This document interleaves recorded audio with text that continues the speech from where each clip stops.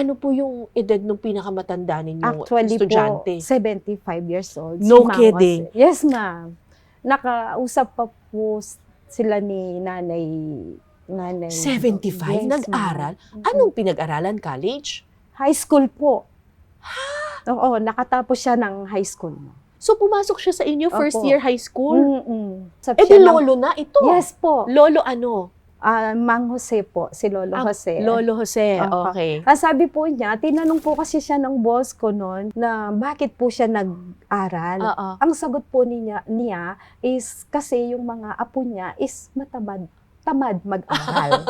Kaya siya po yung nag-aral para maipakita sa kanila na kahit matanda siya, pursigido pa rin siya makatapos. Ang galing. Yes po, ma'am. Tapos, I understand, nagtuturo din daw kayo minsan sa mga kulungan, Yes sa po. mga piitan. Yes po, ma'am. Anong ginagawa niyo po doon?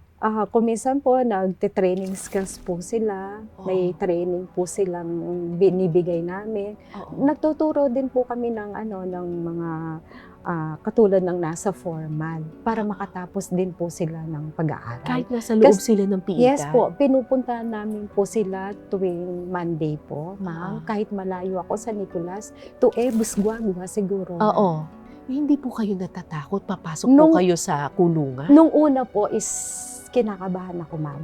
Parang na po ako, na kampante na po ako sa pagpasok doon.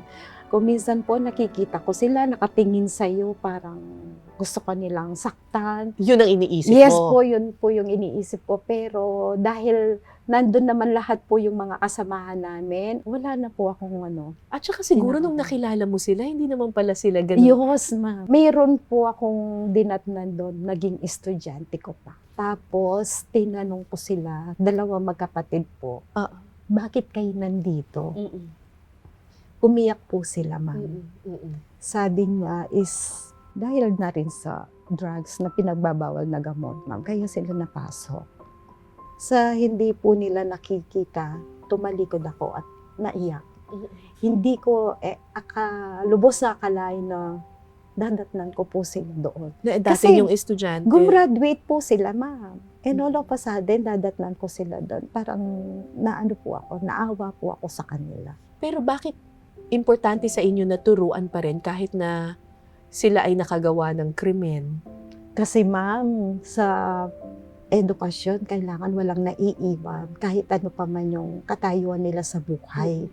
Kahit nasa loob man sila ng piitan, siguradong may may pangarap din naman. Oo. Para paglabas nila po is kahit nagaling sila sa piitan is may dala silang diploma na maipagmamalaki nila na kahit nandun sila is nakapagpatuloy sila ng pag-aaral. At pwede mabago ang buhay Yes nila. po, ma'am. Kasi napakamakapangyarihan talaga ng edukasyon. Yes pwede po. talaga nitong baguhin yung buhay mo. Yes po.